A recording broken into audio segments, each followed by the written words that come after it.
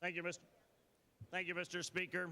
There's been a lot of comments made, lots of statistics thrown out here, so I'm not going to get into a lot of numbers, but I rise in support of House Bill 1437. I want to speak a couple moments more to those that are watching in TV land or those who may be listening to us somewhere. One, I want to let you know that if you're just listening, can't see us, we are actually all in the same room, and we are all actually looking at the same budget, although you wouldn't know that by listening to the debate. It is amazing the differing of opinions, and I guess that's what makes the General Assembly so interesting. You've got 203 members elected here by you, the people, and you have at least 203 different opinions, at least. The interesting thing that I wanted to raise to the viewers, because you get lost in a lot of this dialogue about numbers and percentages, are two things. Number one, we keep hearing about education being cut, both public education and higher education, but just earlier this year I stood with many of the presidents of higher education who stood with our governor, who stood and agreed publicly to level funding. Level funding. That's not a cut.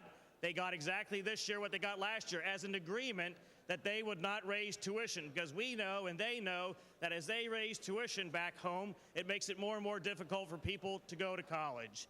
Tuition rates have skyrocketed. Back in the 90s, when we were having pretty good wealth across the Commonwealth, tuition was rising in double-digit numbers. So in good faith effort with the governor, the presidents of our universities that we heard were getting cuts actually agreed to level funding.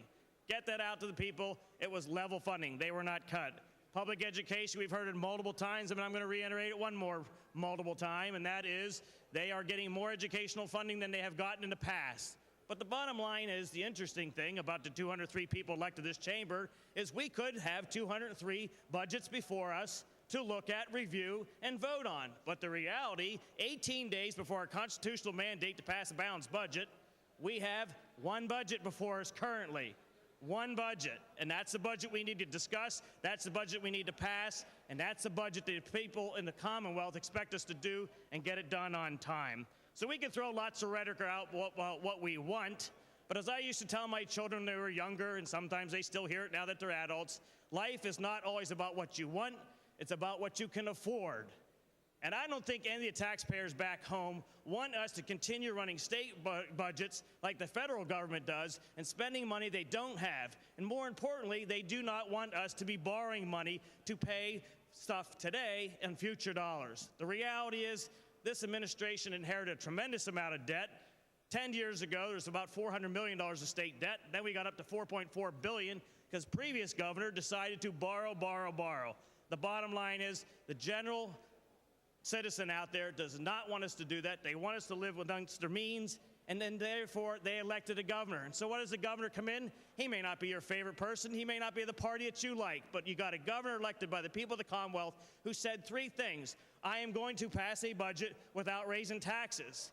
I am going to balance a budget, and most importantly, I'm going to do it in a fiduciary manner and get it done on time. In all the years that Governor Corbett's in office, he has done that, and we're going to do it again this year because the people of Pennsylvania should expect no less. There are people waiting on appropriations for us, trying to balance their budgets. To delay past June 30th and not get this done on time is irresponsible by the General Assembly. You got one budget in front of you.